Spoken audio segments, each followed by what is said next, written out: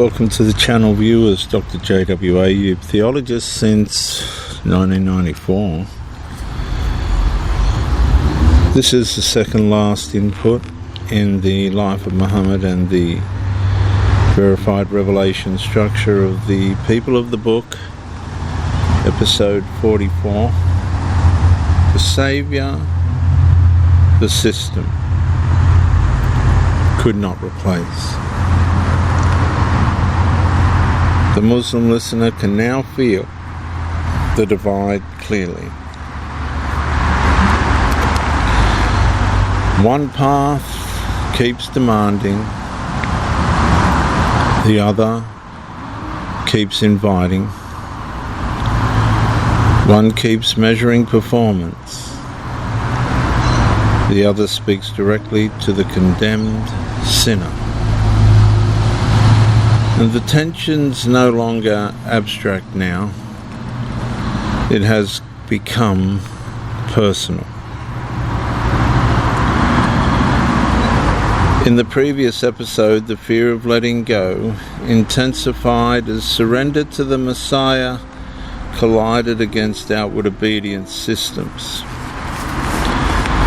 And in this episode, viewers, the conflict sharpens completely. The Saviour, the system, the Islamic ideological system could not replace.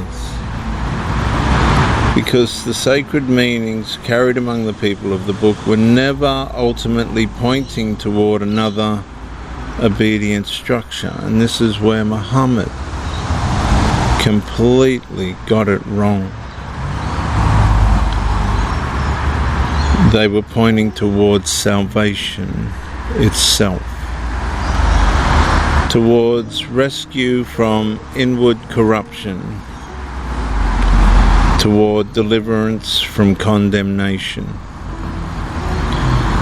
toward the one who could extinguish the evil spreading through the human heart underneath the Islamic religious ideological performance. Muhammad's Islamic ideological system continued reinforcing outward submission and allegiance to the religious structure, performance. But the Messiah enters the narrative confronting something deeper, the condemned condition of man himself, the hidden corruption, the inward evil, the secret lust, the rage, the pride, the divided soul. The Muslim listener increasingly realizes something the structure cannot easily absorb. Outward obedience may regulate behavior, but cannot remove condemnation from the inward man corrupted by sin. And that is where the Messiah now enters with absolute force inside the people of the book witness, not as another prophet among prophets, not as another messenger preserving another structure, but as the Saviour himself.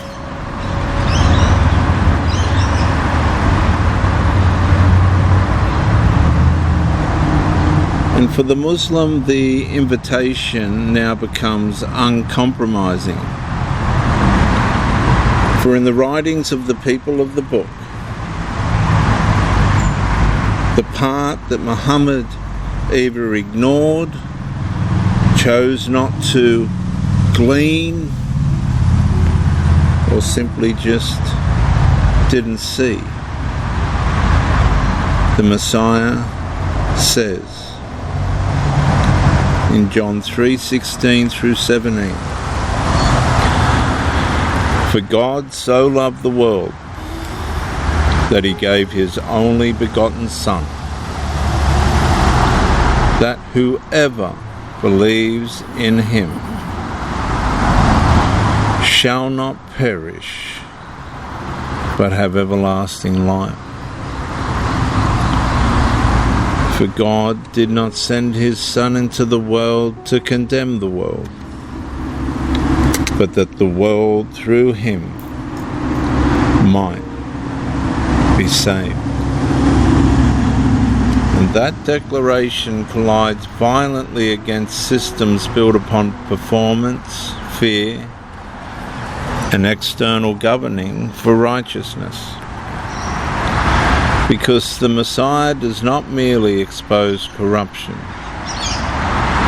he offers salvation from it, not through religious climbing, not through behavioral achievement, not through outward conformity, but through surrender, belief, grace, and salvation through him alone.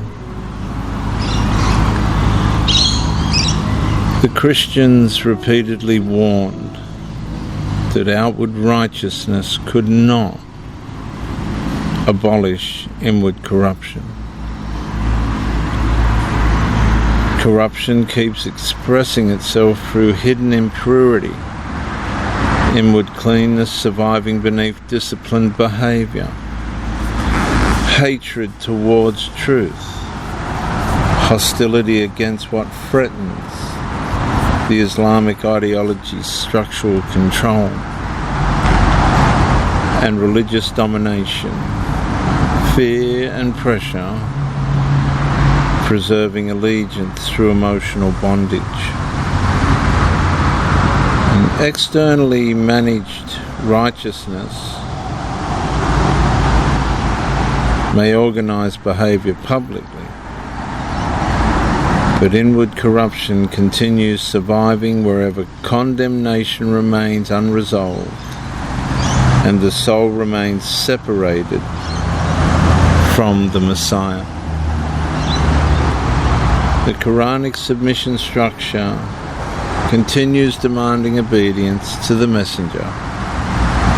Quran 5:59, obey Allah and obey the Messenger. But the Messiah speaks directly to the condemned sinner, trapped underneath the performance. And he says, believe, be saved, receive eternal life. And eventually the Muslim listener begins sensing the full collision underneath everything.